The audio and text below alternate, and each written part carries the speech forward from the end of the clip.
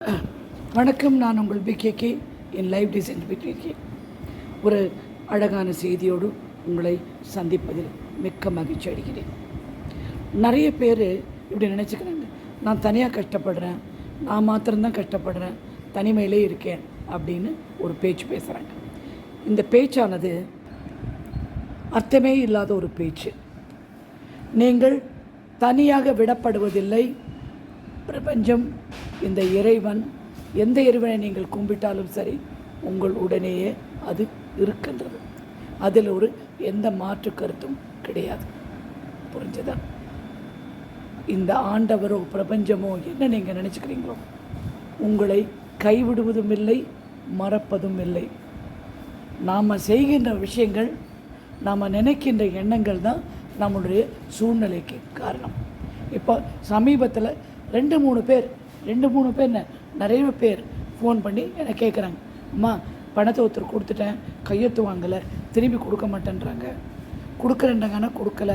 இந்த மாதிரி ஒரு சூழ்நிலை. எங்கள் அம்மா பணத்தை வாங்கி யாருக்கோ கொடுத்தாங்க, யார்கிட்டையோ வாங்கி எங்கள் அம்மா இறந்து போயிட்டாங்க, அந்த பணம் திரும்பி வரல, இவங்க சண்டை. எதுக்கு முதல்ல இந்த பணத்தை கொடுக்குறீங்க? உங்களுடைய எண்ணங்கள் தவறு. ஒருவித செக்யூரிட்டியும் எதுவுமே இல்லாமல் கொடுத்து மாட்டிக்கணும் அப்படின்னு உங்கள் தலையெழுத்து நீங்கள் மாட்டிட்டுருக்கீங்க. எண்ணங்கள் ராங்காக போச்சு. அந்த இடத்துல எண்ணங்கள் எப்போவுமே தெளிவாக இருக்கணும். எவ்வளவோ அன்பாக இருந்தாலும் பிஸ்னஸ் அப்படின்னு வரும்போது கரெக்டாக பிஸ்னஸ் வகையாக தான் நீங்கள் செய்யணுமே ஒழிய மாற்றி நீங்கள் செய்யக்கூடாது. எது கரெக்டோ, அவங்களுக்கும் நல்லது, உங்களுக்கும் நல்லது, எதுவோ அதை தான் நீங்கள் செஞ்சாகணும். கடன் வாங்கிறது ஒரு ரொம்ப மிக கெட்ட பழக்கம். எனக்கே இருந்தது. கொஞ்சம் கொஞ்சமாக அதிலேருந்து விடுதலையாக்கி வரேன். கொடுக்குறாங்கன்றதுக்காக கடன் வாங்கக்கூடாது. அது எப்படி திருப்பி கொடுப்போன்ற பிளான் கையில் இருந்தாலும் கடன் வாங்காதீர்கள். அதே மாதிரி கடன் கொடுக்கறது கூட அதே மாதிரி தான். தகுதியான ஆள் திரும்ப அவங்களால தர முடியுமா அப்படின்னு சொல்லிட்டு பக்கத்தில் வாடகை கூடியிருக்கிறவங்க, எதற்கு நேற்று வந்தவங்க, அவங்களுக்கெல்லாம் கொடுத்து அவஸ்தைப்படாதீங்க. நான் அவங்க காலி பண்ணிட்டு போயிட்டால் நீங்கள் தான் கஷ்டப்படுவீங்க. உங்களுடைய சந்தோஷத்திற்காக அடுத்தவர்களை நம்பாதீர்கள். உங்களை நீங்கள் விரும்ப வேண்டும். உங்களை நீங்கள் மிக மிக நேசிக்க வேண்டும். ஏனென்றால் சுவர் வைத்து தான் சித்திரம்.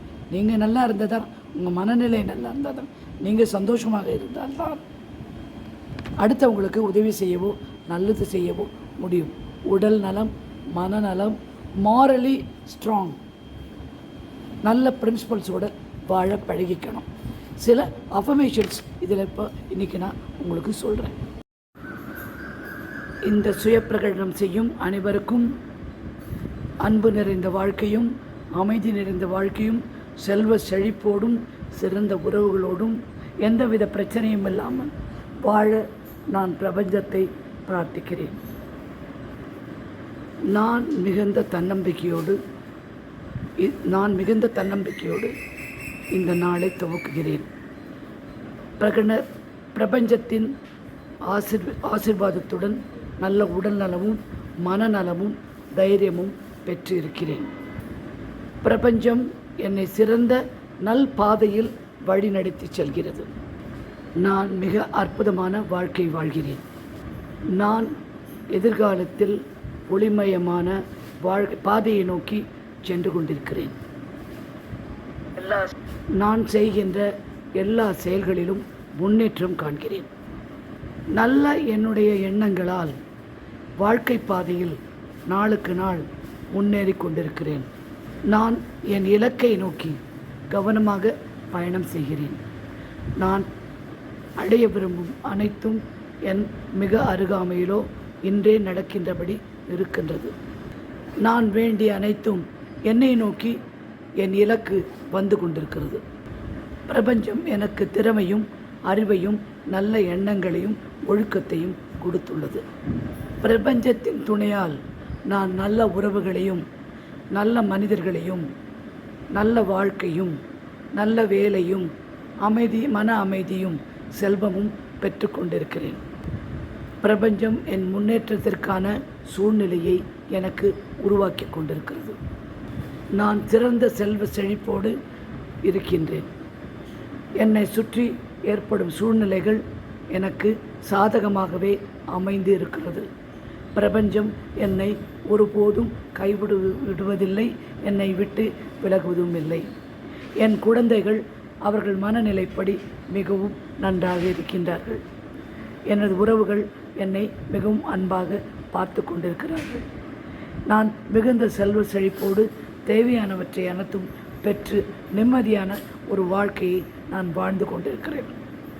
என் சந்தோஷம் மேலும் மேலும் பெருக பிரபஞ்சம் என்னுடன் பயணிக்கிறது. இந்த அத்தனை செல்வ செழிப்பும், மன அமைதி, நல்ல வாழ்க்கை, சிறந்த உறவு, நல்ல வேலை, சிறந்த குழந்தைகள் இவற்றை கொடுத்த பிரபஞ்சத்துக்கு கோடானு கோடி நன்றி. I thank you. I forgive you. Please forgive me. I am sorry. I love you. நன்றி.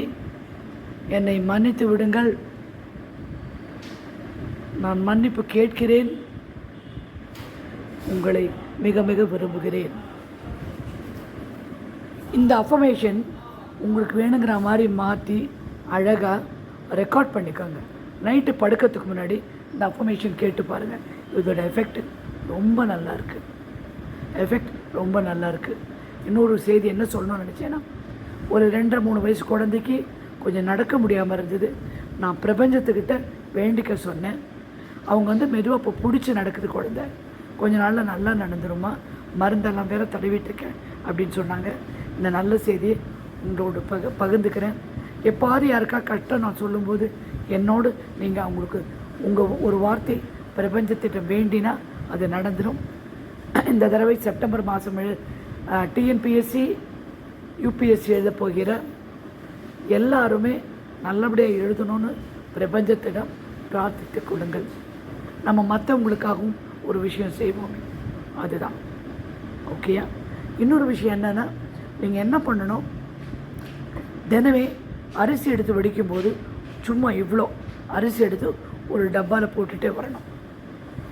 அவ்வளோண்டு பருப்பு, 1 ஸ்பூன் பருப்பு எடுத்து அதிலே சேர்த்து போடணும். ஒரு மாதம் முடியும் போது எவ்வளோ சேர்ந்துருக்குன்னு அதை பொங்கலாக பொங்கி இல்லை சாம்பார் சாதமாக செஞ்சு ஒரு 4 ஏழைகளுக்கு கொடுங்க. அன்னதானத்தை போல் சிறந்த தானம் எதுவும் கிடையாது. நம்ம என்ன கொடுத்தாலும் ஜனங்க போதும்னு சொல்லவே மாட்டாங்க.